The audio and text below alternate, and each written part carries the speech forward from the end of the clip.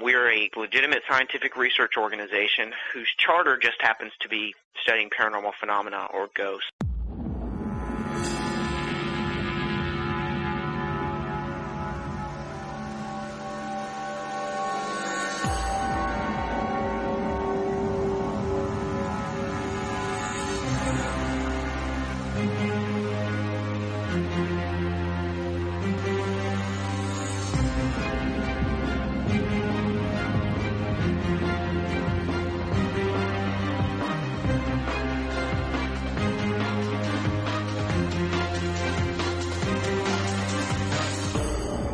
And now, ladies and gentlemen, Banal of America Audio, with your host, Tim Banal. Hello out there, my friends. This is Tim Banal of BanalofAmerica.com with another edition of BoAAudio Season 3. It is February 9th, 2008, and this week we're going to go in a whole different direction here for the program. We're going to delve into an area of esoterica that we haven't really even looked at yet, and that is the ghost genre, mainly the ghost hunting genre that has exploded on the paranormal scene over the last couple of years. We're going to finally be digging into this subject this week with our guest, Larry Flaxman, founder of the Arkansas Paranormal and Anomalous Studies team, ARPAST. Throughout this lengthy interview, we're going to be covering a number of different facets to the ghost hunting phenomenon. First, we're going to look at, of course, the ins and outs, creation and evolution, and research methods of Larry's group. Plus, we're going to look at some of the staples of ghost hunting, like EMF meters, EVPs, orbs, and just the whole group mentality of the ghost hunting scene. I was very impressed with Larry's take on a lot of these subjects and very surprised by his point of view on some of this stuff. In addition to all that, yes, we do some big picture discussion on the ghost hunting field, the ghost hunting fad, the amazing explosion in popularity for ghost hunting, and the pluses and the minuses of that rapid growth. It's a lot of new terrain for BoAAudio, but rest assured we maintain our usual flavor for in-depth esoteric discussion. For those of you who are unfamiliar with Larry Flaxman, let me give you a little bit of background on him. Larry Flaxman is the founder and president of the Arkansas Paranormal and Anomalous Studies team, known as ARPAST. He has been actively involved in paranormal research and investigation for over 10 years and melds his technical, scientific, and investigative backgrounds together for no-nonsense, scientifically objective explanations regarding a variety of anomalous phenomena. He's appeared in numerous newspaper, magazine, radio, and television interviews, and has authored several published articles regarding science and the paranormal.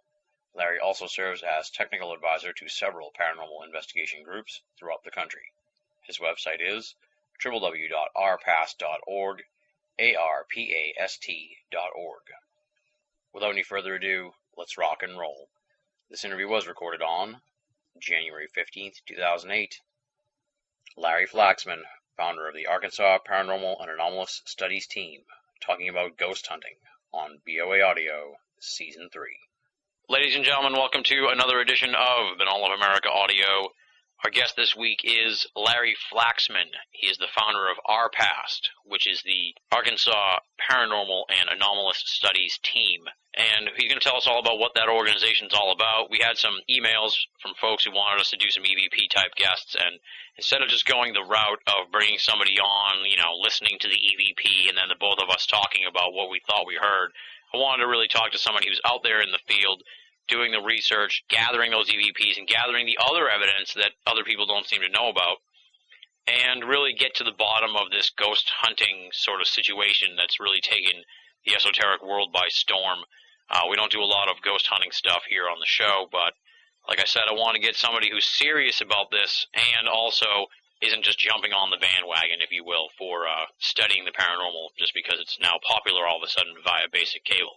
He also comes via a strong recommendation from previous BoAAudio guest Marie Jones, who I have just the utmost respect for. So when she sent me Larry's name, I checked out his website, and I knew he'd be perfect for Banal of America Audio. So, Larry, welcome to the show, and it's great to have you here. Good evening. Thank you for having me. Let's start out, I guess, with the bio, the background. Who is Larry Flaxman? How did you get interested in the paranormal?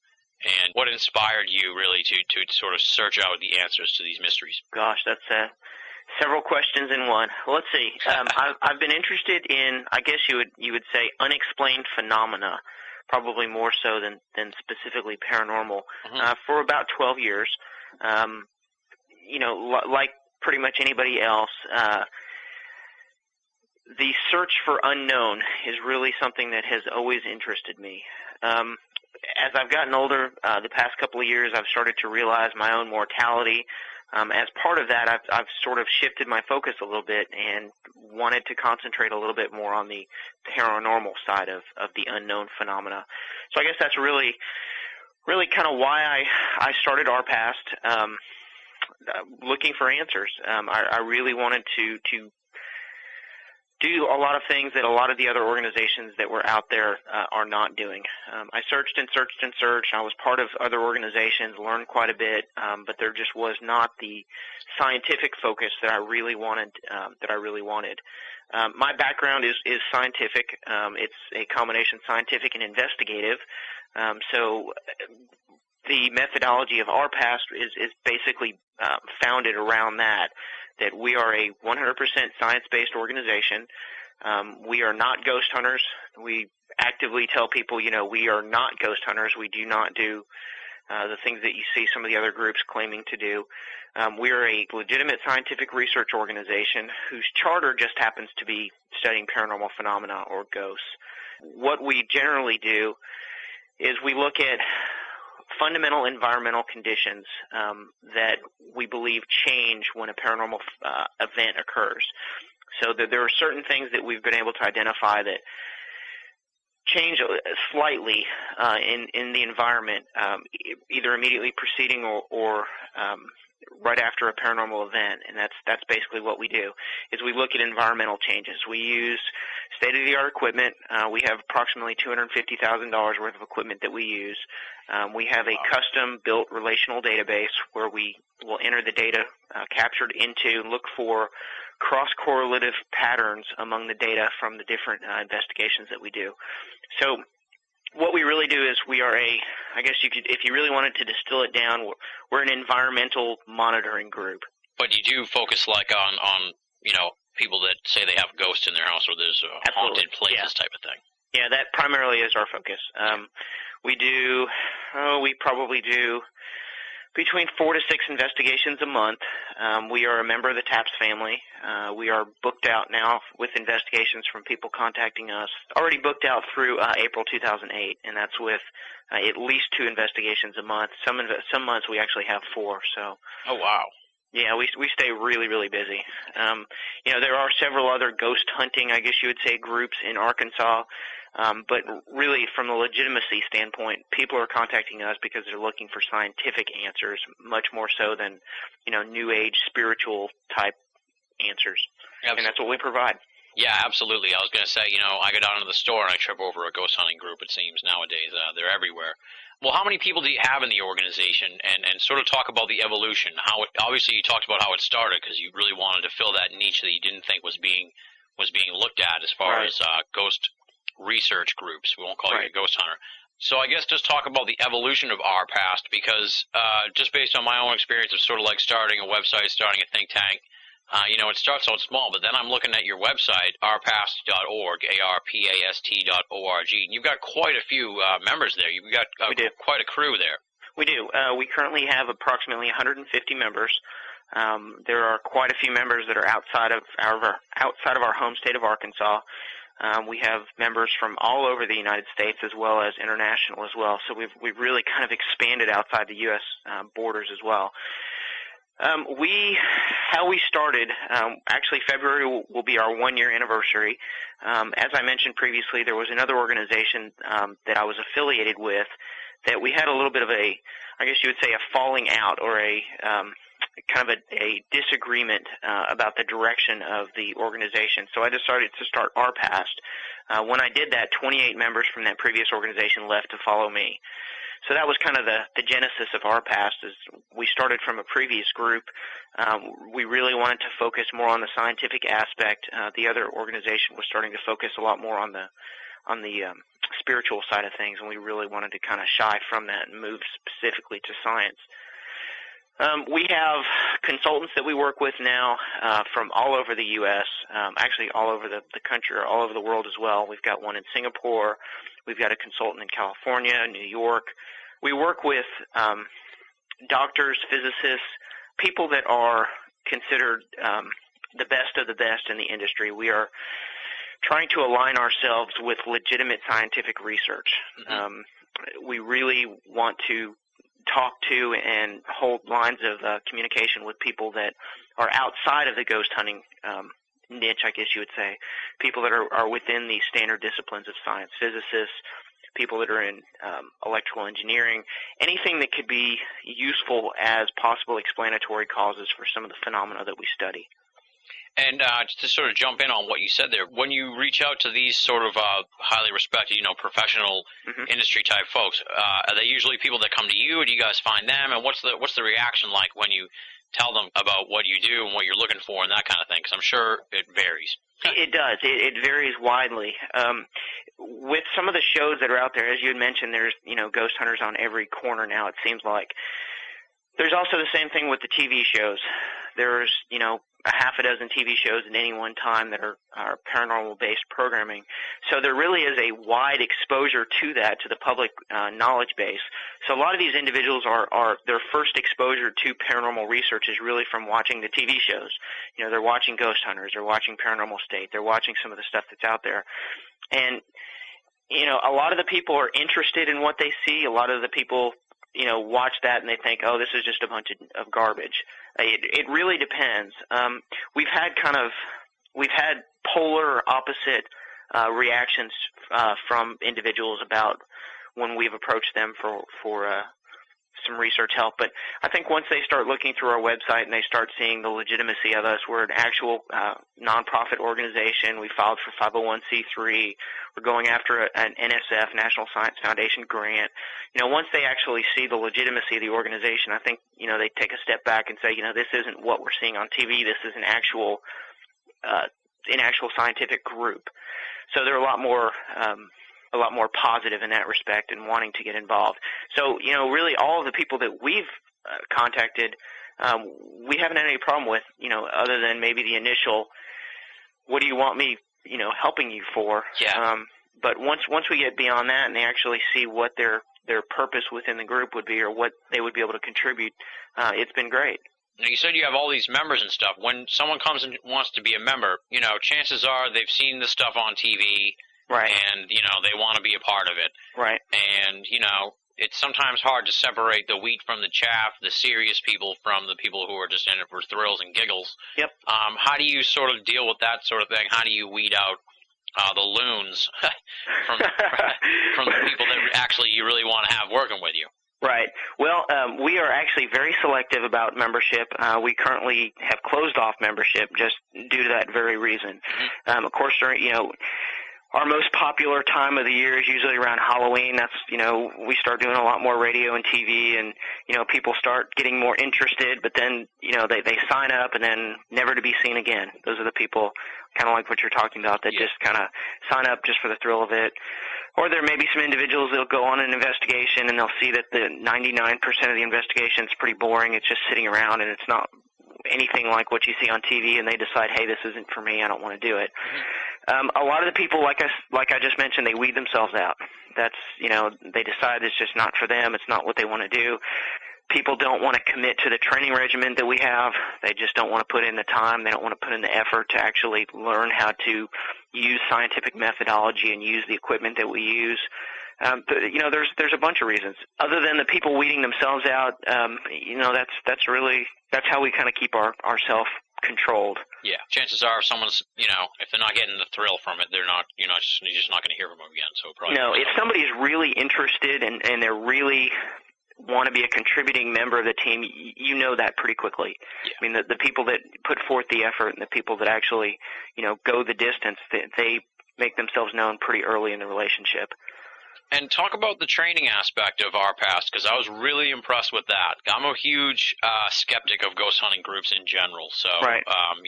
That's really not my bag in and of itself. I'm more of a UFO, Bigfoot guy. But, of course, I dabble in all genres, so I'm interested in all of them. Sure. But I'm very down on ghost hunting just because of the nature of the field as it is today. Well, it's so unprofessional. There's no standardization. If you look at all the groups that are out there, there is no standard method of data collection. There's no standard method of training. There's really, when you look at from one group to another, there's such a disparity in equipment that's even found. You've got some groups that have professional equipment, some groups that have consumer-level equipment, some groups that have no equipment. And the same thing can be said of training. There are some groups that have absolutely no training. There are some groups that, they watch what they see on TV and they think that that's how you use an EMF meter, or they think that's how you properly collect EVP without looking at, all of the pieces that should be involved in that, like the control aspect of scientific methodology. So yeah, there is such a great disparity among it that I can totally understand why a lot of people would think that. So talk about your training at ARPAST, because like I said, I was really impressed with that, and that's one of the things that made me, when I got your name from Marie, I was like, oh no, a ghost hunter. And then it was kind of like how you described, the electricians and all the other people, Then I looked at the website and I was like, oh wait a minute, these guys are for real. They're not. Right. Well, training is an integral part of ARPAST. It's very, very important, and it is actually it's basic to our mission. There is so much that an individual really needs to learn before they can be an effective investigator. There's, scientific basics, physics basics, electrical basics, things that people that don't have any type of a science background really need to know if they want to be productive members of the group. So to that end, training is a very, very integral part of our organization. We currently conduct 2 training sessions a month. We generally have one training session which is conducted at our monthly meeting. Another training session is generally conducted a couple of weeks later. But our training covers, we have a specific curriculum that we've put together. It covers everything from how to use specific pieces of equipment to how to interpret data to, basics of some scientific tenets. So people that don't have a science background can come to the organization as long as you're open-minded, as long as you have pretty good reasoning skills. They can come to ARPAST and we'll show them the basics of how to be a scientist. That's really what it is, the basics of how to be a scientist. We start out, we have, like I had mentioned, a very specific curriculum. We start out with fairly basic and then kind of move up from there. We have taught everything possible that kind of falls within the paranormal realm, things that are not completely explainable, things that may be applicable to what we're doing. And I think it really helps to create a more rounded individual. Rather than watching some of the people on TV, the way they use the equipment, I don't know if you've ever watched one specific show, and I won't say the name. Oh, maybe I don't know the show. Well, yeah, you probably have. But one of my pet peeves is they walk around carrying an EMF meter and just swinging it around, looking for signs of a high electromagnetic field. That's a complete no-no. That's something that's like EMF 101. You learn not to do that. Not only does the human body produce microcurrents of electricity, which might be picked up by you swinging the meter around, but there's something called meter deflection as well. So as you're moving the meter around, if it's an analog meter, especially like a tri-field meter, you're going to get a little bit of meter deflection just from the movement of your hand itself. So that's all stuff that, we teach. We show people how to effectively set up controls, how do we set up our experiments on investigations, how do we do equipment teardown and setup. All that stuff we teach. So I don't want my investigators going into an investigation with me and, standing around not knowing what to do. I want everybody cross-trained on all of our equipment, so each one of our investigators can pick up if another person's out. They know how to use the thermal camera. They know how to use the EMF meter. They know how to use the magnetometer. So that's basically it. It's a very, very important part of what we do. I mean, it's a nonstop, constantly evolving part of our group. Nice. See, that's what we need. We need more of that. I guess let's dive into, your typical investigation. How does that sort of thing evolve? Just before we even sort of get into the actual on-site investigation, how do you even determine, almost as the same situation as when you bring in a new member, how do you determine if the person calling you with a haunted location is, you know, crazy, or Right. if their screen door is just loose, or who knows what's going on. Start with, I guess, how you separate the wheat from the chaff in the initial stage of the investigation, and then take us to the on-site investigation and what you do there. Okay. You would actually be surprised at the amount of crackpots that contact us. I mean, we have some very unusual individuals that have contacted us wanting to come investigate. It never ceases to amaze me.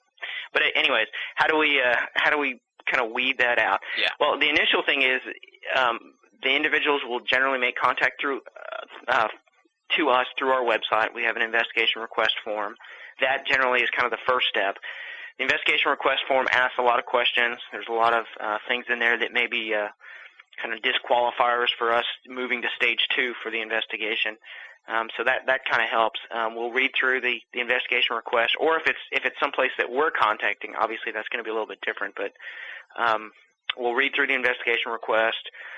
We'll kind of do a little bit of research on the location. If we can find anything about it, we'll pull assessor's records on the property. We'll see if there's any interesting history of the property, anything that may be a possible trigger point for whatever activity is there before we decide to go out and investigate it or not. If it makes it beyond that, beyond the initial evaluation, then we generally set up a phone or in-person interview where we'll kind of get the lay of the land by speaking to the homeowner, either going there in person, which I generally like because I can read a lot from body language and just kind of get the full picture in 30 seconds just from talking to someone. So that's pretty important. If we cannot do that, we'll do a phone interview, kind of get our bearings from that, see if that's if it's a legitimate sounding investigation. If some of the events that they're reporting are things that are pretty typical from other investigations that people have reported, or if it's some things that are pretty far out there. Once we've decided that, yes or no, we have a basic flow chart that we follow for that. But once we've decided yes or no on the investigation, then our case manager will then contact the individual to look at some possible dates where we can come out and do an investigation. Give them a couple of different options as far as what we do. Mm-hmm. We generally try to schedule them on Saturday evenings. Most of our people have full-time jobs, so it's, unfortunately this doesn't pay the bills, so we have to kind of work around it on the weekends. Mm-hmm. So we set up the investigation. Once that's done, then Tiffany Pressler and myself, the vice president, will designate the team structure of how many people are going to attend. That'll be based on the size of the location that we're going to, as well as the suspected activity. We'll set up a team structure. Again, it'll generally be, really depending on the size, but we'll do, 3 teams of 2, 2 teams of 3. It just really depends. Yeah. Our tech manager he always goes. Our case manager always goes. Tiffany always goes, and I always go. Beyond that, the other individuals in the organization, we go on a rotational basis, so that's how we're able to be fair to all the people that are in the group. Mm-hmm. And as I mentioned before, everybody is cross-trained. So whether I pick one person from Team A, one person from Team B, everyone knows how to use the same equipment. Everyone's been through the same training. Yeah. That's basically the first part of it. Okay. We actually have the date. We go out there. We show up on scene, get a quick little tour, and I'm kind of distilling this whole process down. But that's fine. Go out, show up on scene. We'll draw a map of the location first. We'll take baseline readings of the location. We generally have about 15 different data points that we capture for our initial baseline readings. We'll set up cameras. We'll set up some of the experiments that we wanted to do. And that's pretty much it. That's setting up the investigation and getting it going. Once the investigation actually starts, the teams split off after the equipment's been deployed. The teams will split off to do the experiments, to do EVP recordings, to kind of do things in their own little groups. Mm-hmm. They'll rotate out after 30, 45 minutes, check another location, and that goes on pretty much throughout the night. We generally set up a standard command post where the DVR system is, laptops, all the monitoring equipment that we use. is situated. And that's pretty much it. It's the night is generally pretty boring for the most part. We just sit around. I like to say that most of our investigations are hours and hours of boredom punctuated by sheer terror. So, we may have just a few moments of, things going on, but for the most part, it's not what you see on TV. TV really paints a brilliant picture of an investigation. If you watch the shows, they show the equipment setup taking, all of 5 minutes, where really that's not the case. It generally takes an hour and a half to 2 hours to deploy all the cameras and run the cabling and make sure everything is set up the way it's supposed to be set up. Then they don't show you on TV how long it takes to tear all the stuff down. All they do is they pretty much show you when things happen, and that's pretty rare. That's really few and far between. For the most part, none of the magic happens until afterwards. When you get back home and you actually sit down and dedicate the time to go back through the data and start reviewing all the evidence that you have. So, of course, if there actually was a reality show about ghost hunting, and they actually followed us around and did an investigation with us, it probably wouldn't sell advertising because it's so boring. That's the nature of television, I guess. Yeah. Now, you say when you go on site, the people go out and they do these experiments. Right. Give me an example of what an experiment would be, because when I think of the ghost hunting that I've seen on TV, it seems like they're just running around with a tape recorder or an EMF meter. They're not really doing any experiments. So talk about what you guys do for experiments. Okay. Yeah. Again, that's stark contrast to scientific methodology and how we actually prefer to conduct our investigations. Experiment-wise, we will do different investigations dependent on the symptoms, I guess you would say, of the investigation or of the reported symptoms. We'll set up trigger objects. Oh gosh, I'm just thinking. But we did an investigation on last Friday. It was at a museum in I guess it was kind of the northern part of the state. There was reports that there was one of the trophies that had moved. So one of the experiments that we did was we would set up a piece of paper basically with grid points on it, and the trophy was on top of that with flour all around it. So if it actually would have moved, we would have actually seen some minor tracks or whatever in there. We'll do experiments like that. If we're doing an investigation where it's reported that there's a child that's been present or that's been seen, we'll set up little toy cars and let them be watched or monitored by the video cameras. Stuff like that. We'll set up the Tesla coil. We'll do some experiments with that. Just various things. I mean, it really depends on the location, but we try doing controlled experiments where, we're actually controlling the environment and actually trying to log data based on the controlled environment. Yeah.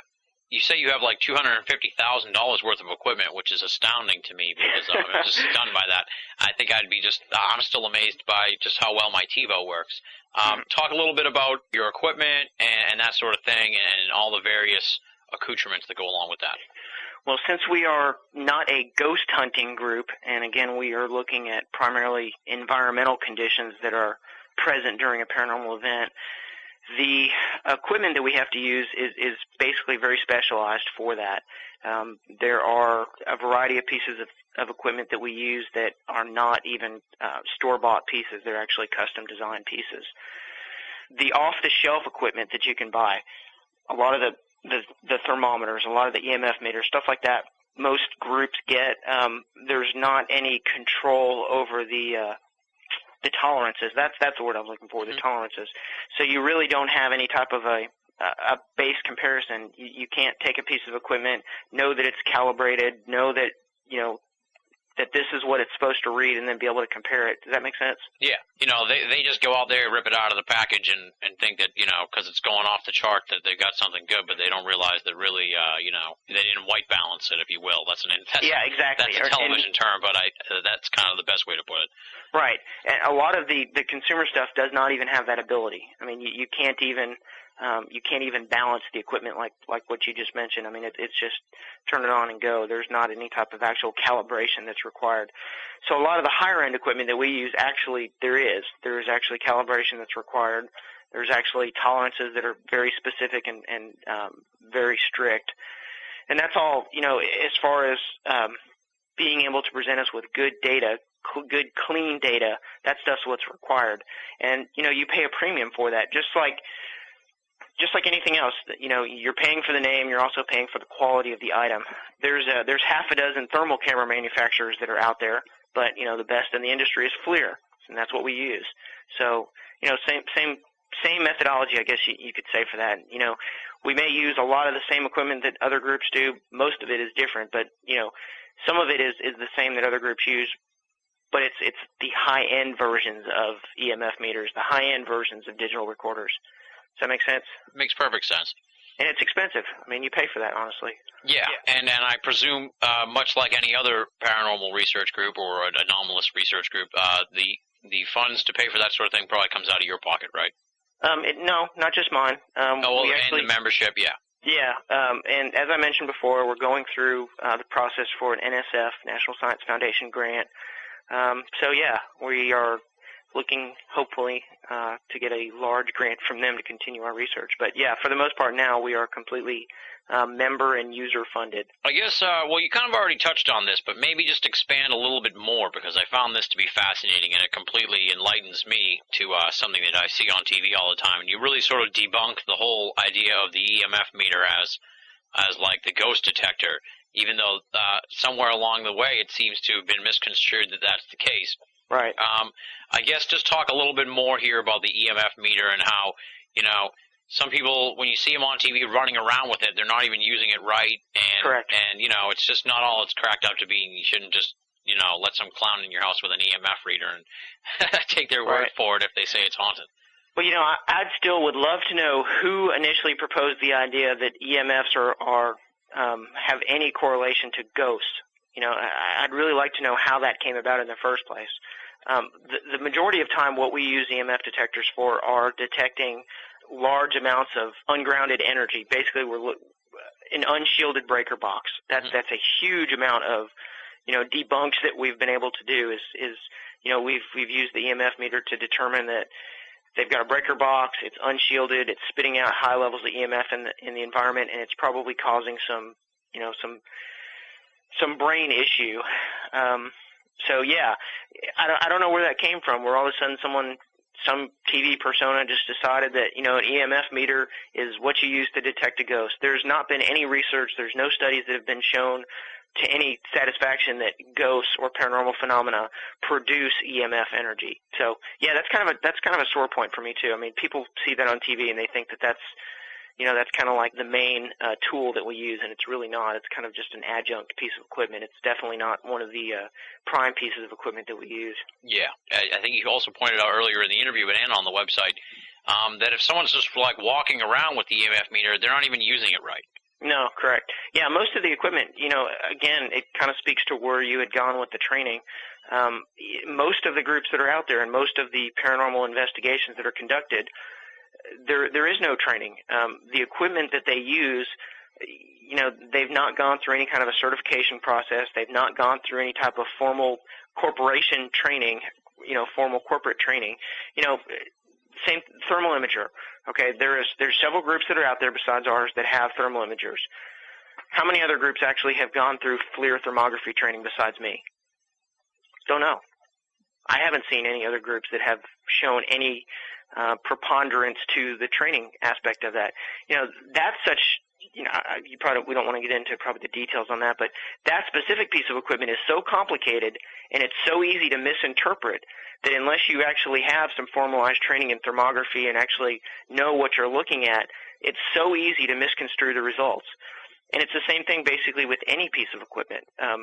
Somebody that's not familiar with what a normal reading for an EMF meter is versus an elevated reading, it's the exact same thing. The data that they're getting is invalid. They're not getting clean data. Yeah. So training really is a very, very important aspect of this entire field, and I really wish that more paranormal groups would take that seriously, because that's, one of the reasons why we have such bad reputations, the whole paranormal field, is probably due to that very reason. People will watch the TV shows, they'll see how the equipment's not being used properly. They'll see how the methodology of the investigation actually flows, and they'll think these people are not seriously, doing this properly. They're not serious about the commitment to doing this. If they're really looking for answers, they would be doing things the proper way, or they would at least make an attempt to do things the proper way. Yeah.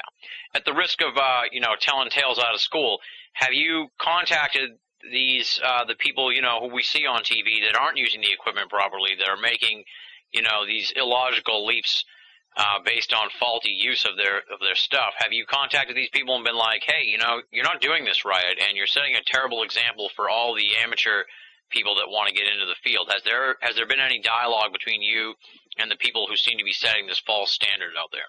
Oh, absolutely. And it's, an important thing to remember is it's not just the TV shows, it's other groups that are out there too. Mm-hmm. I mean, once you get the ball rolling and it starts rolling downhill, it just kind of picks up speed. So yeah, we've attempted to do that with some of the shows that are on TV as well as some other organizations. Sometimes we've been met with positive results, sometimes not. There's a lot of groups that will look at our offer and they'll think, well, that's just not the way we want to do it. We don't want to be a 100% science-based organization. Different groups really have different purposes, and I've kind of come to understand that more and more as I've done this.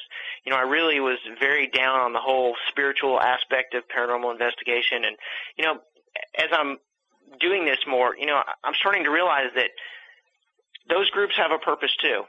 Our group has a purpose. There's a specific thing that we want, and that's science. Other groups have kind of, they have a different focus, and that's okay. They may not want to follow the scientific side of things as well, and it doesn't make either one of our groups right or wrong. It's just different. So, just because they don't necessarily look for answers in the same way that we do, or they don't think the same way that we do, doesn't mean that, they're making a mistake or we're making a mistake. It's just different. Yeah. And what about the people that are just using the equipment wrong, like we talked about? Have you been like, hey, dude, you're not even using the EMF meter right? Right. Do they get back to you and say, oh, I didn't realize that, or are they like, it's just entertainment?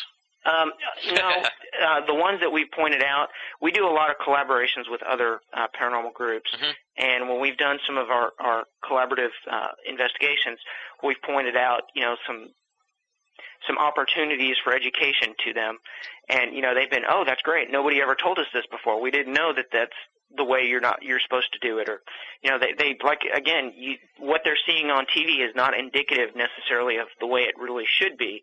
Yeah. So by kind of pointing that out, we've actually had really good results with that. People have said, this is great. I really wish I would have known this before.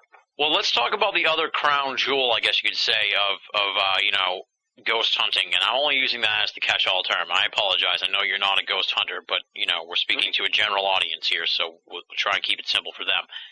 And that is, of course, the EVP, which is so enormously popular over the last 5 years or so. It's just exploded. Mm-hmm. I guess let's start with sort of your take on EVPs, because I'm sure that your group collects a fair amount of audio from the sites you visit and stuff like that, and you've got some great stuff, I'm sure, and you've got some bizarre stuff. So give me your take on EVPs and all that sort of weirdness. I'm a huge proponent of EVP. I think EVP, to me, it really represents one of the best forms of evidence that we've been able to capture. There are very specific there is a very specific signature that we've been able to identify in the vast majority of Class A, or easily discernible vocal utterances. We do a lot of EVP capture as well. That's a huge part of what we do. So we do. You're absolutely right. We have quite a bit of good stuff. We have quite a bit of bad stuff, and quite a bit of possible weird stuff. But it's good. It's important. On the website, you have a really awesome classification system for the EVPs, and something that I never really thought of. I have two classifications for EVPs: maybe real and not. Probably not real. That's my classification system, and maybe a third that's just like crappy or what? Like where'd you get that? Sure. But you have actually like a serious EVP classification system that I really appreciated. So talk about that system you guys have at the website. Well, I think having a standard process or a standard classification system is really important, especially just due to the fact that other groups really are not following the same methodologies as we are as far as capturing EVP. So, there's some groups that will use digital recorders, some groups that use analog recorders. So by having the kind of having a standardized method of classifying things, it allows us to kind of bridge the gap between different organizations. So our classification system, we've got DC, which is direct communication, and that's basically that the voice clearly answers a question or responds to something which is said.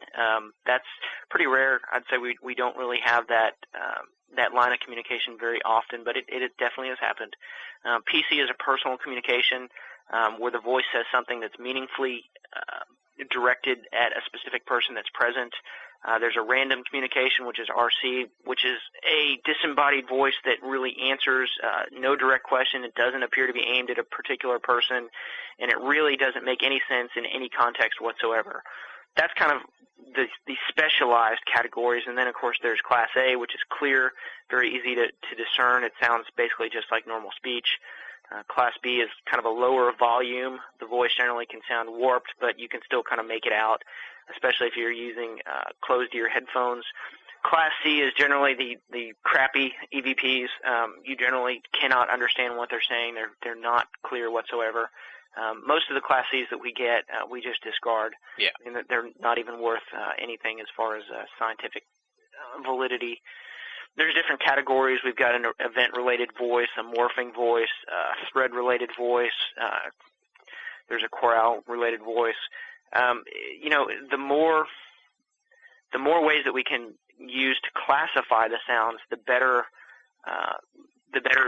information that we have for our database as well. Yeah. All right. As far as like you have them broken down here: direct communication, personal communication, random communication. Have you noticed any sort of trends as far as that goes? Like, you go to one place and it's always DC EVPs. No, that's really interesting. We've run some of our correlative queries among some of the locations that we've investigated, and no, there is absolutely no relationship. And that's actually a very interesting question that you asked that. No, there is not, and that's something that we're trying to determine why. There is no pattern that's significantly statistical among the locations. So no, there is not. And I presume the process with the EVPs is the same as I've been led to believe, which is, you get back from the site and then you listen to them and then you sort of, then you're like, oh, wait a minute, rewind, let me hear that part again. Right. Mm-hmm. There is a very specific signature that we look for EVPs, which really kind of helps us to weed out a lot of the chafe. There is a very specific spectral dynamic that we look at, so that really does kind of make our job easier. But that it's hours and hours and hours of reviewing audio. I mean, there's really no way around that. But yeah, I'm sure. And I guess you kind of touched on this with the classification system, but just what do you think of just the sort of explosion of EVPs in the last few years? It seems like it's kind of run away from itself in a way. It started out pretty novel, but now it's almost, overdone. Yeah, it really is. Again, if you watch the TV shows, a lot of times you'll see they're not really capturing EVP maybe in the most proper manner. A lot of the individuals will use a digital recorder or they'll use an analog recorder with no external microphone. So, what that's going to do is you're going to pick up noise basically from the internal mechanism of the unit itself. So electrical devices act as radio receivers as well. One of the theories that we have about some EVPs is that what you're actually hearing is radio fragments or broadcast fragments, whether it's analog cell phone, whether it's AM, FM, whether it's one of the other banded radio type stations that are out there. There's a possibility that that's what you're getting is actual audio broadcast segments. So yeah, there's within the last couple of years there has really been an explosion of electronic voice phenomena captured, but at the same time there's also been a greatly increased number of audio transmissions that mankind has sent out into the atmosphere. So are we picking up something legitimate, or are we picking up just fragments of man? I'm not positive. I don't know exactly. But yeah. Is the sort of thing, like you say, you look for the specific signatures, that the sort of thing you can only really know from actually looking at the audio on the computer when it's splayed out for you? It's not something you can just tell from listening. No, generally not. There's a subsonic frequency or subsonic signature that's present on the vast majority of legitimate EVPs. We call it an impulse pop, and basically it's an impulse event that occurs immediately preceding the EVP. So it's not something that you generally hear, but if you're looking at the spectral display of it, it's something that's very easy to discern. Interesting. One other area of ghost hunting that you're not a fan of, it seems, from the website, is the orbs trend. No. You had a number of pieces at the ARPAST website where you pretty much tear apart the orbs situation. Let's talk about orbs and why you're not a fan of orbs as ghostly evidence, if you will. Okay. There are, as you know, there are several schools of thought regarding the orb phenomena. Our position as a research organization is that the orb phenomena is simply nothing more than airborne particulate matter, i.e. dust. One of the pieces of equipment that we use, that we deploy on our investigations, is a very high-end particle counter. And basically what we'll do is we'll go into a location, we'll use the particle counter to determine the size and the frequency of airborne dust, pieces of junk floating around in the air. And what we found is that almost without exception, almost 100% of the time, that the locations that have high amounts of particulate matter in the air. Now, of course, this isn't something that you generally can see. You may be in the most clean room that you could possibly think of, and there's still going to be a significant amount of airborne material that's present. But with the particle counter, we've been able to show that the locations that have reported more orb activity are generally those that have very large, very high concentrations of particulate matter that's present. So from the scientific aspect, it's totally debunked. That's pretty much that's a home run on that one. The flip side of that is, as I had mentioned before, there are a lot of different groups, I think, have different purposes. Again, ours is more of a scientific nature, but there are groups that are out there that are very much pro-orb. And, by doing that, they're basically, you've probably seen the people on the websites talking about, this orb is, I can tell this is my grandmother looking over me. She follows me around the house, that kind of stuff. That's okay. If they're using this as a coping mechanism and it helps them to feel better, it helps them to maybe grieve a loss, that's okay. I really don't have a problem with that. Is it scientific? No. But is it wrong? No. If that's what they want to believe, and they're if it really helps them to cope with something, far be it from us to tell them that it's dust. Yeah, but it's not exactly a good idea if they're going to like a third-party location and they're like taking a bunch of pictures, and then they're like, Mr. Smith, your house is absolutely haunted because there's orbs all over these pictures. Absolutely not. Yeah, we don't want that. That actually, that is a piece of equipment that I wish more groups would utilize. I think if they had the budget for it and they utilized that, I think a lot of other groups would actually see the error of their ways with orbs. When you go to a site and you do the investigation and then you come back and you dig through all the stuff, do you come out with like a final sort of report situation? And what do you tell the people? We do. What do you tell, like, what's in the final report, if you will, and what do you tell the people that you went to their house and investigated, or went to their location and investigated? Well, a vast majority of the investigations that we do, we've been able to show just scientific basis for why they're experiencing the phenomena that they are. Generally, it's not something paranormal. There's generally a very benign explanation, whether it's, an electrical appliance maybe that's emitting high EMFs, a water heater that's not grounded, a gas line maybe that's leaking. There's generally an underlying environmental condition that's kind of prescient to the experience that they're having. So a lot of times the final report, if you will, is kind of like a home inspection report in what we provide to the homeowner. We're actually showing them things. A good example of that, we actually haven't released this final report yet. We did an investigation last Saturday where we found what appears to be, and we're going to actually have to follow up on this, but we found what appears to be a large concentration of carbon dioxide that's based underneath the house. This individual they've had all kinds of episodes in the house of seeing things, hearing things, headaches, lots of things that are typically associated with high levels of CO2, carbon dioxide. And it just so happened that the heating and air conditioning system had recently been serviced. They had, for some reason, they had discovered that all of the ductwork underneath the place had been completely shredded. They don't know what had shredded it, but they had just recently done some service on that. So, that's a natural explanation for a paranormal event.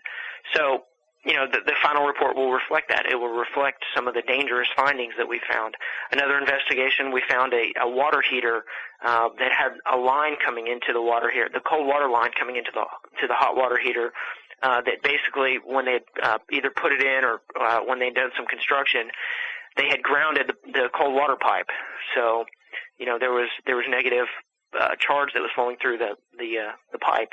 So that was another thing. So the final inspection report, I guess you would say, or the final report really is kind of a mini home inspection, in that it shows a lot of underlying environmental conditions that may be possible factors in the paranormal phenomena that there occur, or what they believe to be paranormal phenomena in there.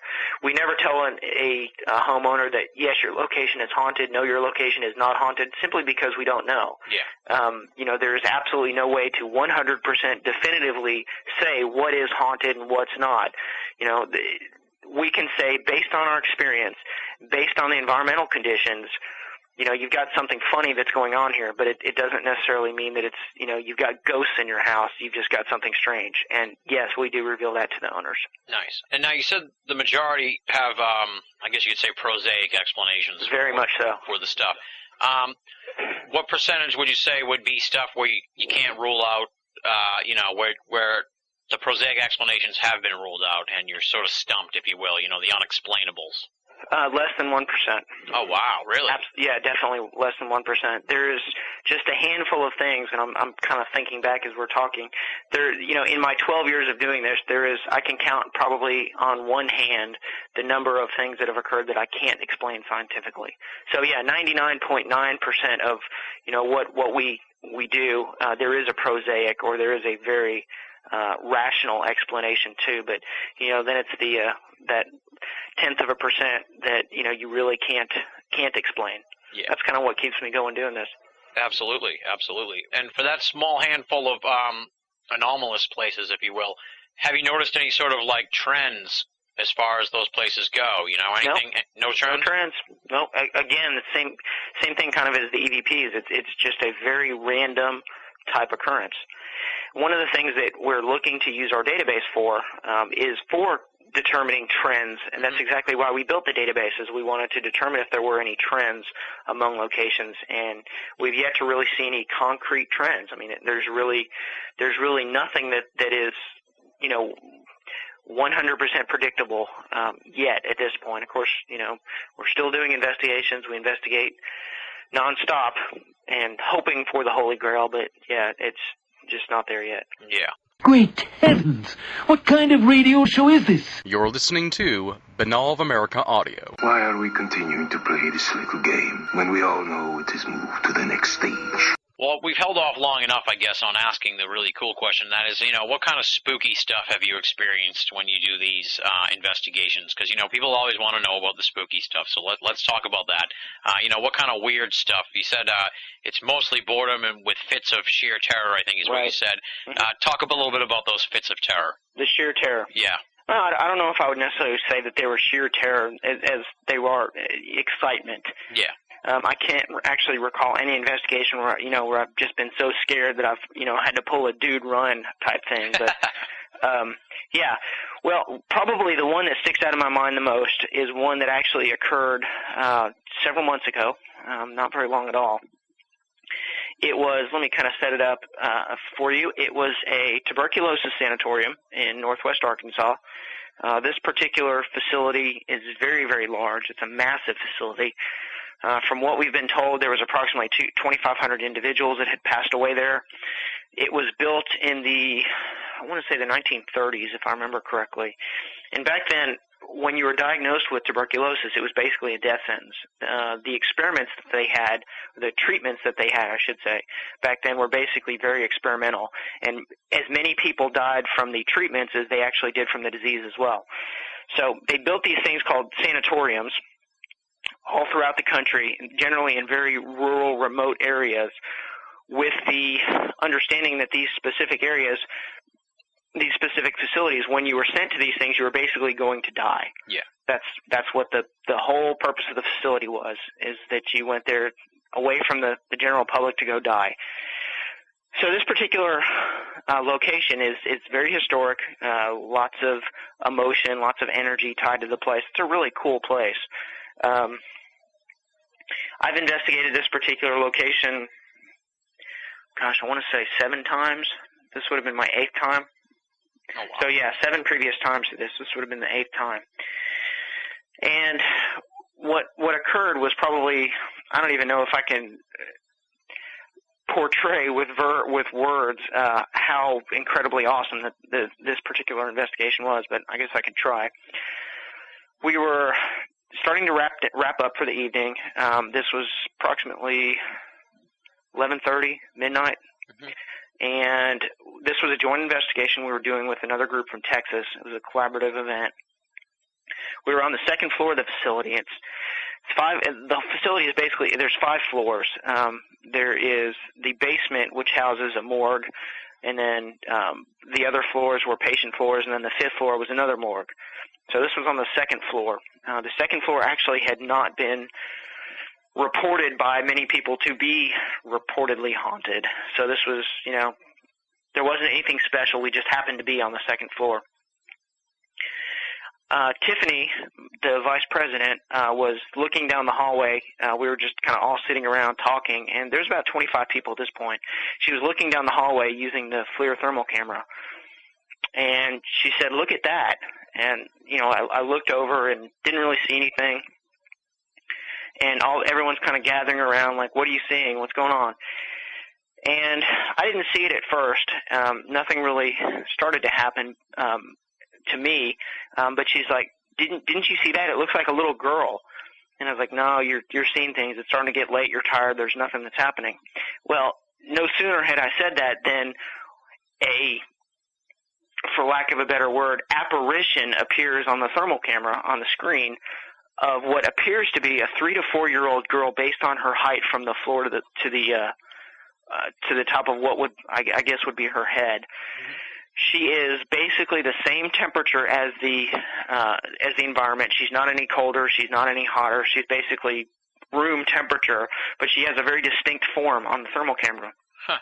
And I'm seeing this, and I'm thinking, there's got to be some sort of explanation for this. Either it's, there's some sort of weird airflow that's going on. There's something that is causing our brains to matrix this image and make us think that what we're seeing is not what it is. Yeah. So I decide, I'm going to be Mr. Skeptic, and I decide I'm going to walk out to where she's seeing this thing and see if anything happens. See if there is some sort of an air current that's present, or there's some sort of, precipitate matter that's standing there, that, me walking through it maybe will break it up on the thermal camera and you're not going to see it. Yeah. We all keep in touch with radios. This particular, what we were seeing was about 25 to 30 feet away. So I start walking toward it, and Tiffany says, "Stop," on the radio. So I stopped exactly where I was, and I'm looking around. We're in a pitch black hallway, and of course I can't see anything, can't feel anything. I'm just standing there kind of, okay, come on, something happen. Standing there, nothing's happening. And of course, she's saying, "It's right there, it's right next to you," on the radio, and everyone's still watching this on the thermal camera. And of course, I don't see anything, I don't feel anything. But she's saying it's standing right next to you, it's looking at you. And I'm like, yeah, whatever. So I decide I'm going to stoop down. So I'm standing, and I kind of stoop down a little bit, and Tiffany radios. She said, "It's right in front of you." She said, "She's looking at you. I can see her standing right in front of you." So I stood back up, I walked forward, and as I walked forward, I got the most incredible chill that I've ever felt in my life. Every hair in my body stood on end. Next thing I know, Tiffany starts freaking out because whatever this was that I walked through basically completely obliterated my thermal signature on the thermal camera. And if you know anything about thermal cameras, when you image a person, you see lots of red. You see a tremendous amount of red indicating the heat from their body. Mm-hmm. Whatever this was that I walked through completely obliterated my signature. So where I had been completely red, and you're seeing, my body is being red, she said I was completely gone on the thermal camera, and we have this actually recorded. Completely gone. There was no thermal image from me whatsoever. So I kind of recovered from the incredible chill, continue walking, get back to the location where they all are, and we're all standing around just completely dumbfounded looking on the thermal imager while this little image, the apparition of a little girl, is still standing there. Well, within about a minute after that, immediately to her right, another apparition appears on the thermal camera, and this is of a fully grown person based on the height off the floor. And what's interesting about this, it's the exact same as the girl, and that there is no thermal signature that's being produced. There's just a shape that you can see. It's not hotter nor colder than the ambient environment. But this thing is projecting a thermal signature on the floor, so you're actually seeing the shape of this person, and then you're seeing a reflected heat signature on the floor, but the heat signature is cold. It's a reflected cold signature. So whatever this thing was, it was projecting a colder temperature on the floor than a person normally would. Yeah. So anyway, so you can see that the man is very, very, very, very clear, much more so than the girl. I never really could tell about the girl. Everybody else could see the girl except me.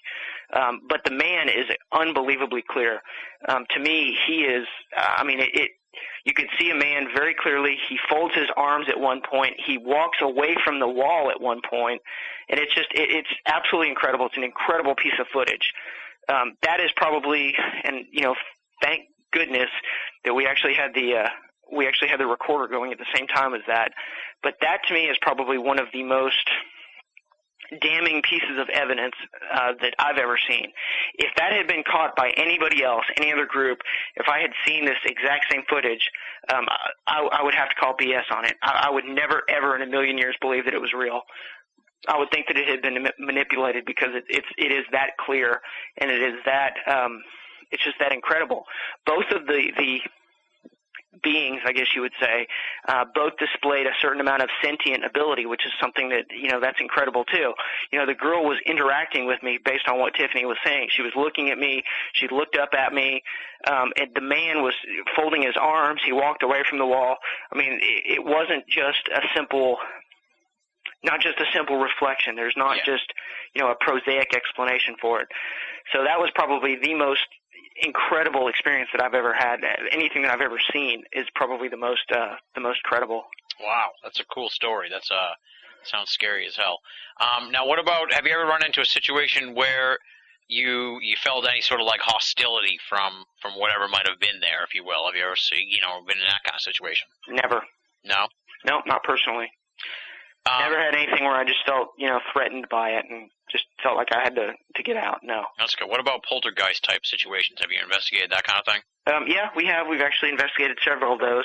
It's the exact same MO as our other investigations. We really have not been able to, capture the Holy Grail. I would say that the closest to capturing the Holy Grail would have been the full body apparition at the sanatorium, but yeah. Beyond that, no. And that actually kind of segues well to the next point I have here in the notes, and that's you have a pretty strict policy on sharing of evidence right. at ARPAST, and like I was going to say, this cool footage that you're talking about, that's not on the website anywhere where anyone can check it out, so it must be part of your evidence that you guys kind of hold back. It's in the research database. Oh, it is? Oh, the research database we share with other legitimate organizations, but it's not publicly available for the simple fact that we're not a ghost hunting group. So we don't want to share our evidence for the most part and say, this is what, this this is a ghost. This is a paranormal event. This is a true paranormal event. Just because I kind of have mixed feelings about that. I think a lot of the groups that do that are really more interested in the sensationalism aspect of it. They're really wanting to kind of do a little bit of self-promotion, probably more than anything else. So they'll purposely publish their evidence for the public with the understanding, the full knowledge of that doing that is going to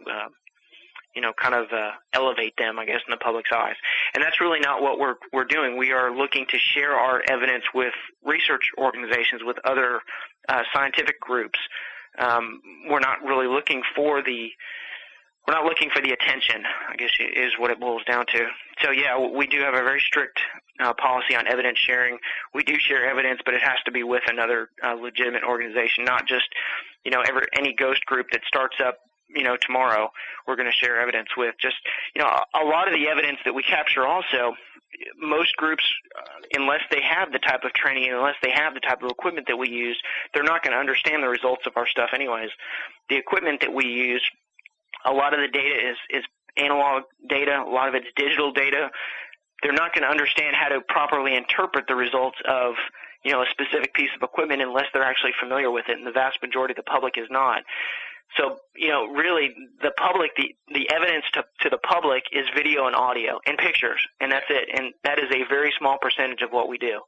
So, by not publishing that information, I think we're actually doing the public a service rather than putting a bunch of stuff out there and saying, this is paranormal when we're not sure, or providing them with pieces of information that are open to interpretation, especially if they don't have the understanding or the training to interpret it. Yeah. Does that make sense? No, it makes perfect sense.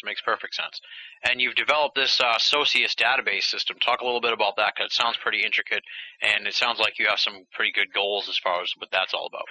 Well, we actually have two database systems that we use. Socius is our data evidence cross-correlation database. Yeah. That's where we enter in all of the data from the investigations. We're able to run correlative queries among the locations, look for patterns, then look for things that are similar, look for things that are dissimilar. That's a custom application that we developed and we use. The other database that we use is something called ParaTracker. And ParaTracker is our case management and member management system. So we actually, a lot of what we do is very computerized. I mean, we've tried to organize and streamline the way we do things and keep things very organized. So databases are a very integral part of how we do that stuff. I understand why you're holding back the evidence and everything, but do you foresee any point where, you guys may reach a tipping point or something where you may want to release, your information in a way that'll be palatable to the general public, even if it's a website that sort of explains how to interpret stuff? Well, we actually have done that. I mean, we've really relaxed. If you look, we've got a public EVP collection. Mm-hmm. Yeah. We actually have some EVPs that are actually out there for the public. So, we have a little bit relaxed on that. But like I had mentioned, a vast majority of the evidence that we capture is simply in a form. It's in a format that people just don't understand. They won't understand how to properly interpret the results, and there's really no purpose in providing that to the general public. But I can foresee a time when that would change. Yeah, I mean, especially with the exposure from the TV shows, and as the public gets more awareness of paranormal investigation, especially legitimate paranormal investigation, there will be a time when that probably will be something we'll do. Yeah, and I can already see, based on just your EVP page, one of the reasons why it's probably good to hold back your evidence, because as soon as you post the EVPs, next thing you know, Randy and his Kentucky ghost hunting group's going to say they made the EVP and put it on their website. We had to put a staunch notice on our website about that because we found somebody that was using some of ours. Yeah. So, it's unfortunate. There is so much drama that occurs in the paranormal community that, Well, that's a good segue point, because that's kind of the next thing I want to talk about is this big sociological trend of the ghost hunting fad. And it's a fad. Let's not mince words. Absolutely, it's a fad. It's it's the strangest thing. I write a monthly column for another group called Paranormal Awareness Society, and my column for this month was actually on drama. So the paranormal community is the smallest group of backbiters I think that I've ever run across. I have no explanation for it. I mean, some of these groups that seems like that is their mission and their focus in life is to cause problems for other people or other groups, and I don't understand that. If all of us are supposedly in this for the same reasons, you would think that there should be a certain amount of unity that's present, and there's really not. The amount of drama, the amount of backstabbing, the amount of crap that occurs in the paranormal community, it's incredible, absolutely incredible. Some of these people are just very immature. They're in this for the wrong reasons. I don't know. Yeah, it's huge, absolutely huge. What can be done about this oversaturation of ghost hunting? Are you just going to have to wait for it to burn out, and the people that jumped on the bandwagon will be the first to jump off once the next big thing comes up? Yeah, that's exactly. That really speaks well to, again, the whole issue of us releasing evidence. We release evidence to other legitimate groups, and we ignore the other ones. And, if that's what it takes to bring more legitimacy to the field by weeding out some of the charlatans out there, that's what needs to happen. If it's just denying access to some of these fringe groups for investigation locations, if it's, denying them access to legitimate scientific data, then, that's what needs to happen. Whatever we need to do to weed out some of these self-aggrandizing, the people that are in this for the wrong reason, they just need to move on. Yeah. It's the same in the UFO field. It's the same in all the other fields. It seems like it's just the bane of the existence for the ghost hunting field because it's so popular right now. Right. Yeah, I mean, eventually maybe the people will all weed themselves out, but, we've taken the stance that we're just not going to deal with those people. So we deny them access to our data. We deny them access to our research findings. We just basically, push them aside and let somebody else deal with them. Eventually maybe they'll get the clue and just, decide that basket weaving is a more interesting hobby. There you go. Now, at the risk, again, of like telling tales out of school, my main problem, I guess you could say, with ghost hunting groups is just the amateur nature of it, and the fact that to paraphrase Brad Steiger, who was on my show, they watch ghost hunters, and they think they can become ghost hunters, and they don't do any of the background research. They don't know anything about the history of the field, or have any training. Exactly, or have any training. Or, as you point out on the website, they have a serious lack of professionalism. Exactly. I guess I want to know, like, what, being kind of a gossip, I guess you could say, what's the drama, though? I'm more down on them just because I feel like, they're jumping in with both feet before they do the legwork and pay their dues, if you will. I hate to use that expression, but I do for this. Well, really my problem with them, other than that they taint the community with bad data, is that, that they make it more difficult for legitimate organizations like my group to investigate some of the locations that we want to. There has been locations that we've contacted that prior to us contacting them, they've had another group that has come out there and investigated, and they've had such a bad experience with that group. It's left such a bad taste in their mouth that they think all paranormal investigators are like that. Yeah. They think that every group, is a bunch of unprofessional yahoos running around at night, in the dark with their camcorders running. And, that's in stark contrast to how we actually perform our investigations. But, at the same time, just because those people did it, we're all kind of in the same community, so we're labeled in the same regard that they are. It's probably the same with, the Bigfoot community, the UFO community. Yeah. One person screws up and it makes everybody look bad. So, my whole beef with those people is that, they're giving the legitimate people, the ones that are actually going about things the proper way, they're giving us all a bad name. Of course, once these locations and once people actually see, hey, we're totally different, we actually do things in a completely different manner than they do, then kind of the tone changes. But it shouldn't even have to get to that point. We shouldn't even have to explain, or we shouldn't have to, show what the differences between those groups and us really are. I mean, we shouldn't even have to be put in that situation in the first place, but unfortunately that's the way it is. It's disappointing. It seems like nowadays the path to becoming a ghost hunter group is, first you decide you're going to become a ghost hunter, then you come up with a cool name, then you make your T-shirts, And get your website. And, yeah, exactly.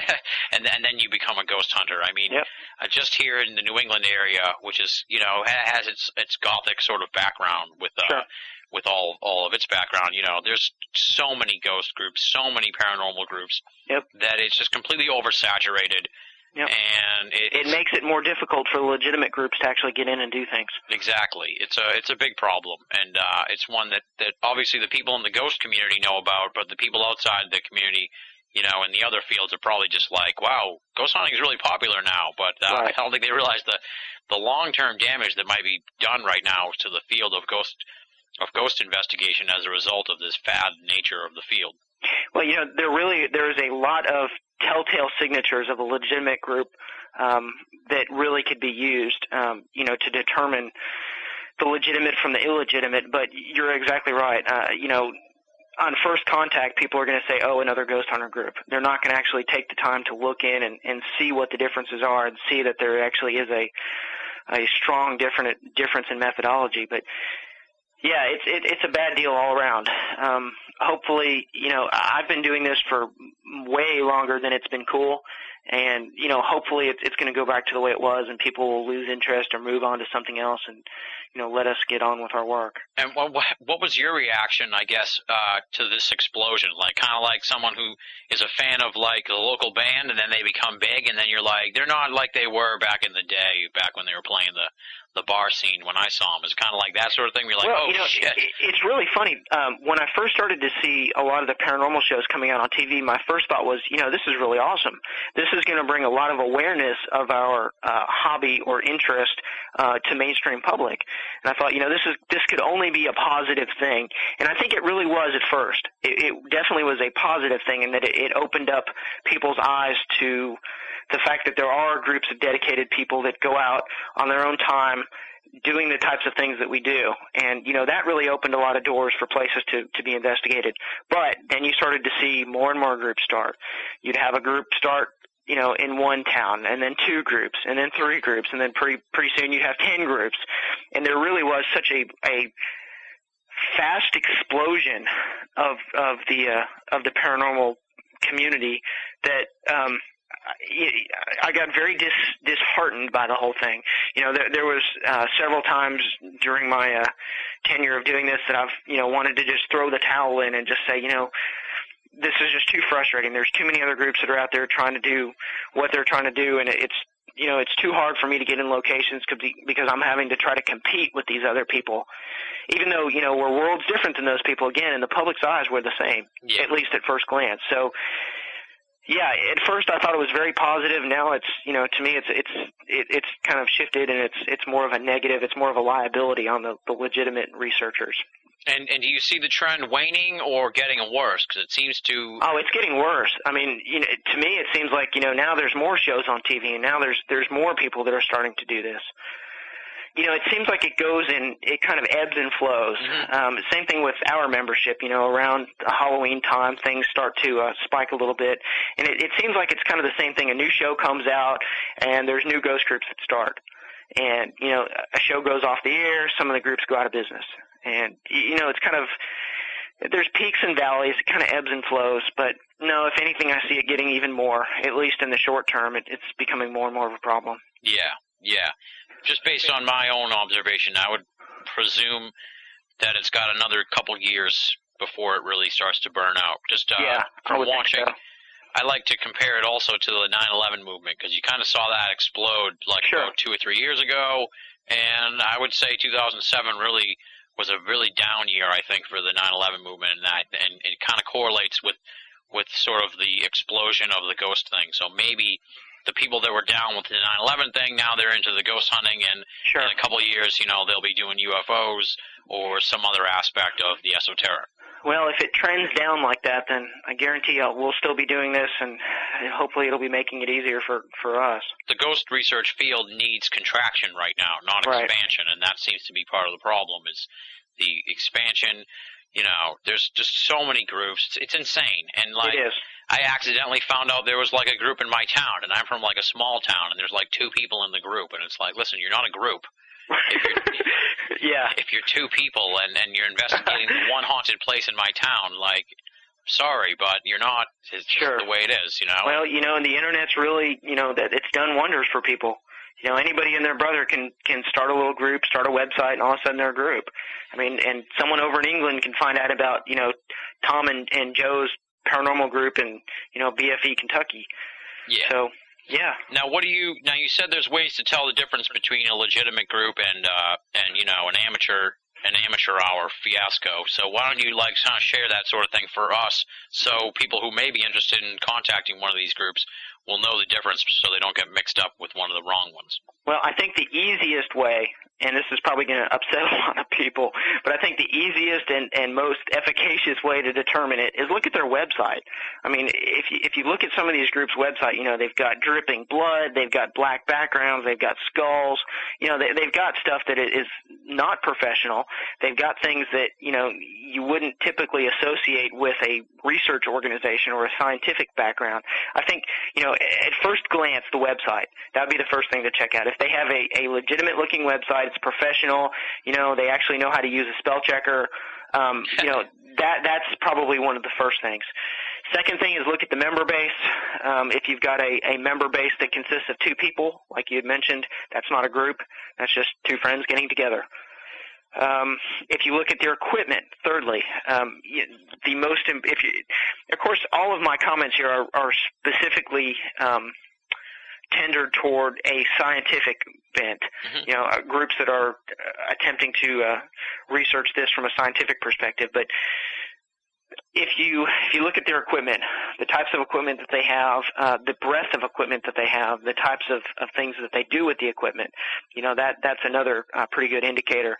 If you look at a website and it's got the black background, it's got the dripping skulls, and their equipment consists of a camcorder, an EMF meter, and a thermometer, that's probably, that you really have to wonder, does that group really have the proper equipment to scientifically look at all of the possibilities?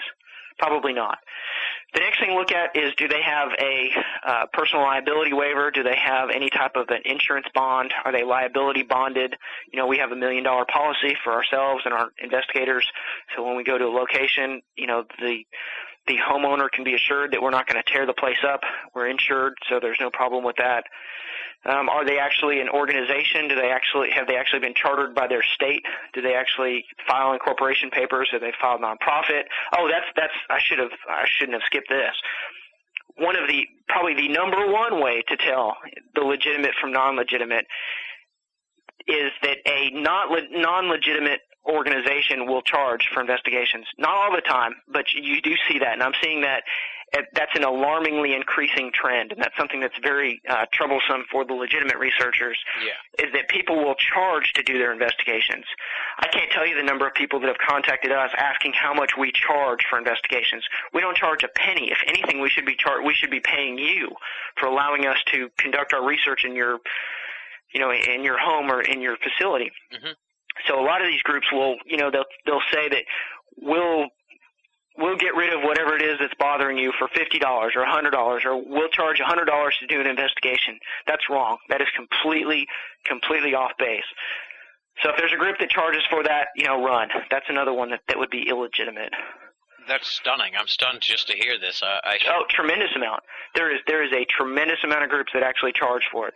And they'll come up with lots of different excuses for, justifications for the charging, for gas, for, their time, for the equipment. I mean, it all boils down to they're trying to make money at it. Mm-hmm. And this is not a field that you can make money at. I mean, really, this is not something that science, for the most part, is not a spectacularly lucrative field in the first place.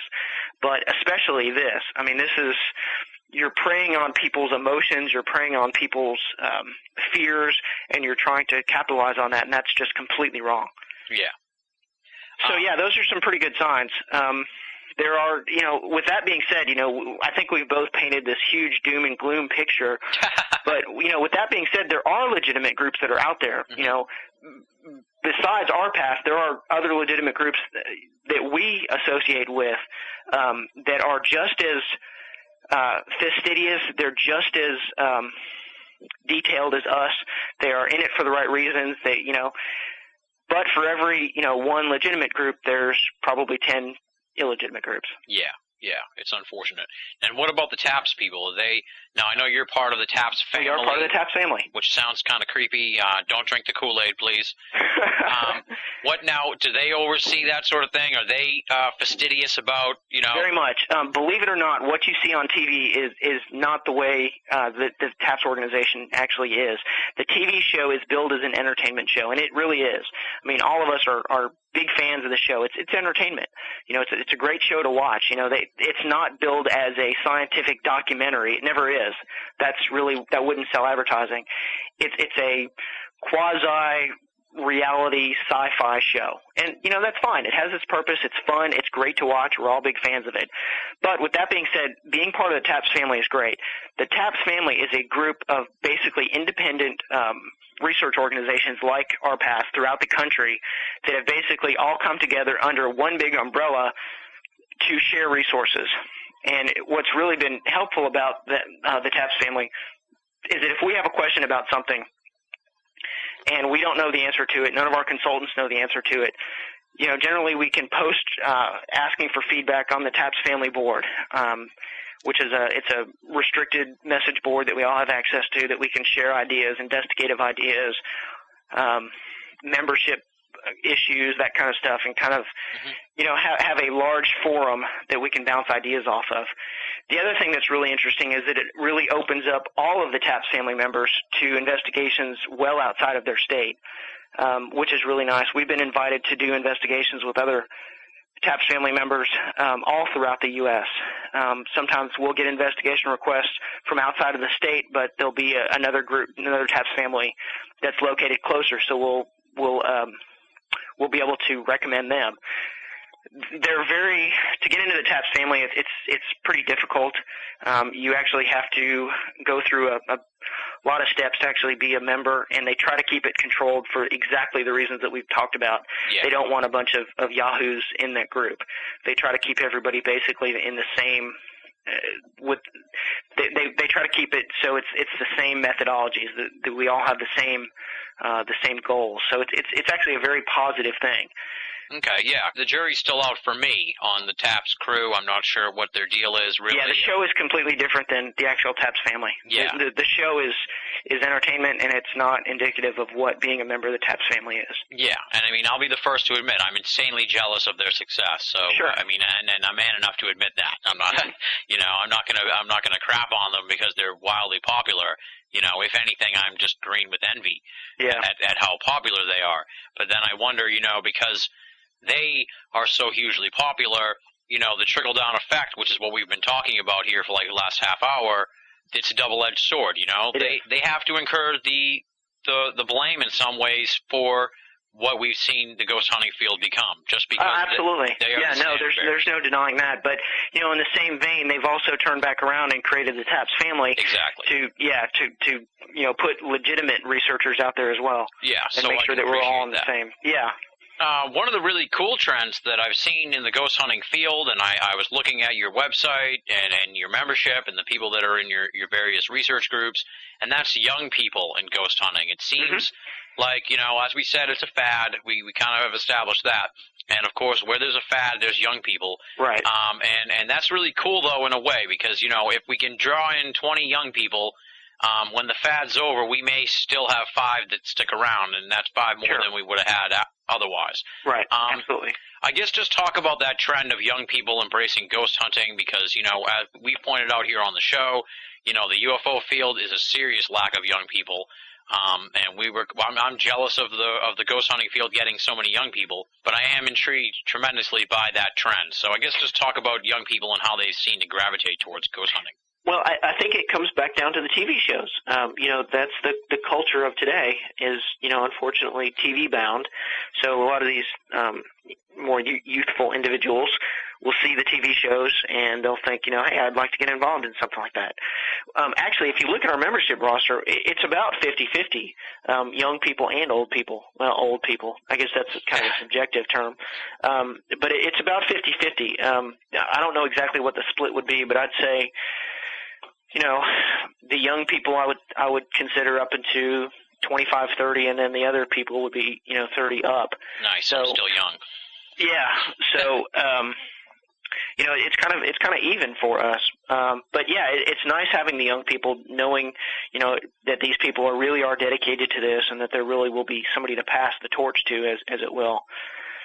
Yeah, because we need more of that in all branches of the paranormal field: ufology, cryptozoology, conspiracy, ghost hunting. We need more young people. If ghost hunters, takes off, and obviously it has, and if it draws more young people in, eventually they'll start sampling some of the other fields, and they'll get into those stuff. Absolutely. And plus they bring a lot of new ideas. Exactly. The technology that kids are taught nowadays, and the things that they learn are vastly different than what I learned 20 years ago. So it's nice. They bring kind of a breath of fresh air to things. Sort of a big picture question to sort of wrap up the sociological aspect of the discussion. Where do you see the ghost hunting field in like 5 or 10 years, after this trend's kind of burned out? Will it recover? Obviously, I presume it will. I mean, we still have ufology, and it's gone through serious ebbs and flows in popularity, and it's still around, so I presume ghost hunting will too. Where do you see it in the future, and do you think how it will handle when its popularity starts to falter? Well, I really think that the people that are truly dedicated are going to stick to it. The people that really have an interest in it, the people that really have a commitment to it are the ones that are going to stay in it. In 5 to 10 years, that's really hard to say. There is so much research that's being done now, and, science is just barely starting to understand a lot of the things about our natural world now. So, maybe in 5 to 10 years, there'll be more of an understanding of the unnatural world. I don't know. That's a really good question. I really hope that, mainstream science takes the paranormal phenomena a little more seriously than they have. Maybe dedicate some research to it that has not been there in the past. So I don't know. I really don't know where we're going to be in 5 to 10 years. Do you think that there'll be more of an embracement towards your style, toward ARPAST style of research, with more of a scientific bent and a reliance on good technology? Because it seems like as technology advances, it gets a little cheaper, more people can get it, and maybe that'll be hopefully a trend that'll grow. I think so, but at the same time, as I mentioned way earlier in the show, there's always going to be a need for the other types of groups as well. The spiritual aspect of things, the groups that are really more about the metaphysical aspects of this. There's always going to be a need for that. There's always going to be a want. Basic human need, I think, is something that it doesn't change. So there will be probably more of a focus, I would think, on the scientific aspect of it, but at the same time, it's not going to solely be the one focus, I don't think. Yeah. You say you've been doing this for 12 years, you've done a ton of investigations, and even though only a very small percentage are what you would deem as unnatural, unexplainable, based on all your years of research and your work with other people in the field and other people in various other fields, what's your big picture thoughts, I guess you could say, on what ghosts might be? What do you think they are? Do you have a sort of pet theory or a hypothesis maybe about what is really going on? I do. It's pretty long and drawn out. Basically, though, what I think is happening with paranormal phenomena or ghosts is that there is basically a parallel reality. There's a parallel dimension. This other dimension, I think we are able to, at times, bridge the gap. Marie and I are currently writing a book called Parascience. It's going to be exploring the links between consciousness, resonance, and the zero-point grid. And basically what we're going to be focusing on, one entire chapter is going to be on paranormal phenomena, and how paranormal phenomena is linked together inexplicably, I can't even talk, with everything. So, what do I think? I think that everything is linked. I think everything that we see in our reality may not be the only reality that's there. There may very well be another two people just like you and me having this exact same conversation in another parallel dimension that we're not able to access. We're not able to tune, kind of like a radio receiver. You know, we can't tune it to the station. Maybe the vibratory rate is too low, maybe the vibratory rate is too high, but we cannot view that particular radio reception. There was a theory that I had read, it's been several months ago, and it was recently rehashed in a book by Graham Hancock called Supernatural, where his book, he's basically talking about that the brain is a receiver of consciousness rather than a creator of consciousness. And if you think about that for a minute, that's pretty deep. And I tend to agree with that. What I think is happening is that a lot of the human experience that we have is simply being received. It's not something that's being created. So where I'm going with that is ghosts, or paranormal phenomena, I think they're no more dead, they're no more different than you and me, they're just different, but yet we're all linked. Does that kind of make sense? Yeah, they're existing in another area that we should have access to, or maybe someday will, but right now don't. And there are certain times where that access to that veil is somehow broken to the point where we actually can have contact. You know, like the experience that I had at the sanatorium. You know, that I don't know what it was. That's what we're hoping to discover via environmental conditions. But that's really what I think is happening. And you said that you hadn't noticed any trends in those key cases, so you wouldn't really be able to say that there's any sort of like environmental thing that. No, not at this point. That is our entire the premise of our group. That is what we want to do. We want to be able to determine what it is, and then eventually say, well, here's the conditions that are necessary for the event. Now let's try to recreate it. Exactly. Yeah, that sounds exactly like what you'd want to do. Is there anything you think that could be sort of like the Holy Grail or the ultimate evidence, if you will, to prove ghosts to the people that are non-believers, if you will? And that's kind of a lousy question. I phrase it probably poorly, but I think you get the point I'm trying to say. I do get the point, and I don't think so. I think there's always going to be the diehard skeptics that no matter what evidence that you present to them, there's always going to be some fault that's found with it. I think you could present the most solid case ever, and you're still not going to get any traction from the non-believers. I mean, look at how the world was believed to be flat. You know, there was all this evidence that had been presented. You know, the world's not flat, the world's round, but yet still the scientists of the day, until they actually had better understanding, you know, you were labeled a heretic by saying that the world was round. So. No, I don't think so. I think that there's always going to be skeptics. There's always going to be people that no matter what evidence is presented to them, no matter how overwhelming the information that's given to them, you know, whether it's personal agendas, personal beliefs, they're still going to, you know, just kind of believe what they want to believe. Yeah. It's probably the same way in the UFO field. You know, I follow the UFO stuff pretty carefully too. That's something I'm personally interested in. So yeah, I think it's the same in your field as well. Absolutely, yeah. Have you done any UFO investigations, or are you primarily in the ghost realm? Primarily the ghost realm. We've got I guess you would say a cryptozoology investigation that is upcoming, but no, we primarily stay in ghosts. But I would love to do something with the UFO, but you know, the difference being that UFO events are generally after the fact. You're usually investigating something that has already occurred. Yeah. And you know, there's not really any way to predict when a UFO event is going to occur. It's generally after the fact. Versus paranormal, it's a little bit different. So, you know, I don't envy you for your job. I think you actually probably have it a lot worse, because you're just investigating evidence that's left behind, versus I'm trying to investigate evidence that's currently occurring. Yeah, well, I'm just an interviewer, so. Now, we talk a lot about on here the need for sort of a little more sort of cooperation between the big genres, if you will. You know, sure. The Bigfoot people don't want anything to do with the UFO people. The UFO people, they don't want anything to do with the ghost people. Sure. All that kind of stuff. Have you noticed that sort of problem in the ghost realm? Because I'm really unfamiliar with the ghost hunting field, aside from what I've observed, really. I haven't really talked to anyone definitely. You know, as I was mentioning before, the drama that's in the paranormal community, there are groups that absolutely will not work with any other group. They absolutely will not. I heard a story, this didn't involve us, but I heard a story from a friend of mine in another group.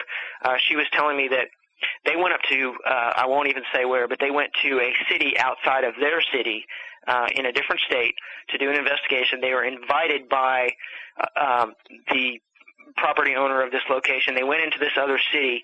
This other group contacted them and said, you can't come investigate anything in our city without our permission. Oh, man. Yeah, I mean, like, you can't come investigate anything in our city unless you ask our permission. So, a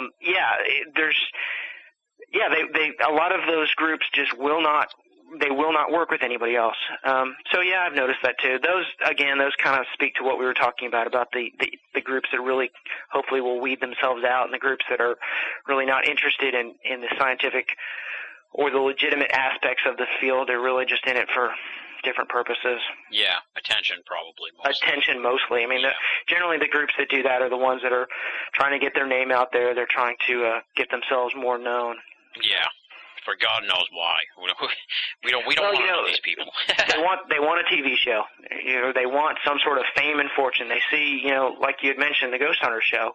They see the tremendous success that they've been able to attain, and they think that that they can do the same thing. I guess, I don't know. I feel bad for them because the paranormal field is no place to make a living. Absolutely not. This would not pay the bills at all. Yeah, I can attest to that personally. I guess just to sort of wrap it all up, what's coming up next for ARPAST? What do you have on the horizon for the Arkansas Paranormal and Anomalous Studies team? What do you have coming up? Well, we've got a large investigation this coming weekend at a cave in northwest Arkansas that we're investigating. It is a return visit for us, and I'm really looking forward to that. We got some excellent Class A EVPs at the last one we went to. Let's see, what else do we have upcoming? We just did a submarine. We did that one. Oh, wow. We did a museum. What do we have? What else do we have? I'm trying to think of what's on the calendar. We try to split things 50-50 between private residences and historical locations. We've got a battlefield that's coming up, and we have a Indian mound that's coming up, a state park that we're going to be investigating. Nice. What about any speaking engagements for you? Or I know you say you're working on a book here with Marie. What's going on with that? I'm working on a book with Marie. We're in the initial stages of actually writing it. We've put together the proposal and everything else. Beyond the book, we have a conference that we're working on that we're hoping to get done, or hoping to have done by September. We'll actually put on a nationwide conference. What else? We are filming a documentary that we're going to shop around to some of the shows. It's going to be primarily on the scientific method in paranormal investigation. That's about it. That's all I can really think of. That's the major projects.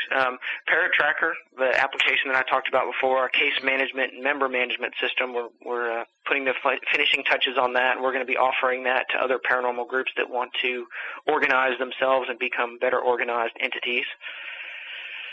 Nice. That's it, really. Sounds good. Well, Larry, I want to thank you so much for coming on the show and for being really generous with your time. I apologize for going way over the hour, but the conversation was so intriguing that I really just couldn't stop here. But I really want to thank you for coming on the show, for giving me so much of your time. Like I said, I was initially skeptical at first, but you made a believer out of me in the sense of what ARPAST is all about. I'm happy to see there's groups like yours out there. I want to see more groups like yours. I want to see less groups like Local Neighborhood Ghost Company is going on. Less of those, more ARPASTs. That's what we need. You're doing a service to the field of ghost hunting, Larry. I appreciate that, and I'm looking forward to seeing some of the results from your research and seeing some of this stuff come out to the surface as time goes on. Best of luck on all of your great investigations. Great. Thank you very much. I appreciate it. That does it for this week's edition of BoAAudio Season 3. Big thanks to Larry Flaxman for coming on the show. Of course, you can find out more on Larry Flaxman and the Arkansas Paranormal and Anomalous Studies team at www.arpast.org, ARPAST.org. Check it out. Following up on some stuff from last week, I have just about secured the okay from all of the great members of the BOA staff for appearances on our little spin-off program, BoAAudio After Hours. They were pretty tough negotiators, I'll be honest. I have to send Leslie a bowl of all yellow M&Ms. I'm not sure why, but that's what it takes to get her on the program. But we're going to get it done, and we hope to have BoAAudio After Hours ready for you soon, I think, actually. No news yet on BOA DC, but I've got a couple other things percolating. It's been crazy around here, folks, just been crazy. But there's a lot of things in the pipeline, and we'll keep you posted at this part of the program next week. And now it's time for the segment that many of you know and love as BoAAudio Listener Feedback. Here we go. The email comes from Matt Richardson, who hails from the UK. Here's what he has to say. Dear Tim, just to say how much I enjoy your interviews. I'm based in the UK and listen to the MP3s. Brilliant stuff. The interviews with Peter Robbins, Nick Redfern, and Nick Pope were outstanding. Regards, Matt Richardson. There you go, short and sweet. Thank you very much for writing in, Matt. I love my UK listeners. They are awesome. They hold a special place in my heart. I lived in the UK for a little while. It was an awesome place. Can't wait to go back there and see London again. Ironically enough, unbeknownst to Matt here, who wrote in about Peter Robbins, I have been in touch with Peter Robbins recently. We've been kind of talking back and forth. So don't be surprised to see Peter Robbins make his triumphant return to BoAAudio sometime in the not-too-distant future. If you would like to be a part of BoAAudio listener feedback, there's two ways to do it. Either write to boaaaudio@hotmail.com or go to banalofamerica.com and click the contact button. Either one of those methods puts your correspondence in the ever-growing list of letters for BoAAudio listener feedback. All right, what else? Of course, the thanks. Big, huge, super huge thanks to the awesome crew at BOA. Leslie, Chiron, Arlie, Joe V, Tina Senna, and Rochelle Hawks. Week in, week out, top-notch reading material. Rochelle Hawks has an outstanding piece we just posted yesterday about UFO-themed episodes in classic sitcoms from the Cold War era. You want to read this one. It will knock your socks off. It is outstanding. Leslie and Chiron have been on top of this UFO Hunters story over the last couple of weeks. Tremendous material from both of them, looking at the UFO Hunters versus UFO Hunters story from a number of different angles. They are definitely holding down the fort here as far as keeping track of the UFO news in the esoteric media. I can't say it enough, my friends. If you're only listening to BoAAudio and you're not reading the columns at banalofamerica.com, you're only getting half the story. Definitely check out the columns and see why so many are making BOA a part of their everyday search for esoteric news and opinion. On the subject of donations, I want to give a big shout out and thanks to the donors who have been giving us donations over the last couple of weeks. I was thrilled to check the account and was really surprised by the number of donations and the potency of the donations. Big thanks to those folks. You know who you are. If you want to be a part of that crew that is helping support BOA and BoAAudio and making sure the website and the audio series are available to all of our great listeners the world over, go to banalofamerica.com, click the PayPal button, and make a donation. No donation is too small, and all donations go towards offsetting the costs of the BOA franchise. Now, here, as we close out the show, there's only one thing left to talk about, and that's next week's program. It is an ultra-ambitious episode of BoAAudio. We're going to make the call to nearly 8,000 miles away, Cape Town, South Africa, for the first ever American interview by Christo Lowe, head of South Africa's UFO resource. This really is an amazing conversation. Christo shares a ton of fascinating UFO stories that have happened in South Africa over the last century or so, including some just amazing cases, like the 1989 UFO shootdown over Botswana, the Bainbridge incident, crazy stories about UFOs picking up cars, UFOs moving giant rocks. It's just tremendous stuff. We're going to find out about famous South African contactees like Elizabeth Clarer and Carl van Vlerden. We're also going to find out all about the history of UFO studies in South Africa and how it compares to its American counterpart, the big picture influences on the field down there, like the government, the military, and the media. How are they shaping the UFO culture in South Africa? We're going to find out from Christo Lowe. If you're interested in the UFO phenomenon and you're interested in the global aspect of this story, then this interview is a can't-miss edition of BoAudio. It's tremendously educational. I learned so much from Christo about what was going on as far as the UFO scene in South Africa. As I said, his first ever interview on an American broadcast, and it's going to be on BoAudio next week. We're traveling down to Cape Town, my friends. Strap yourself in. It's going to be a wild ride. On that exciting note, we're going to close it out here this week on BoAudio. Thanks so much for listening, folks. This is Tim Banal, signing off.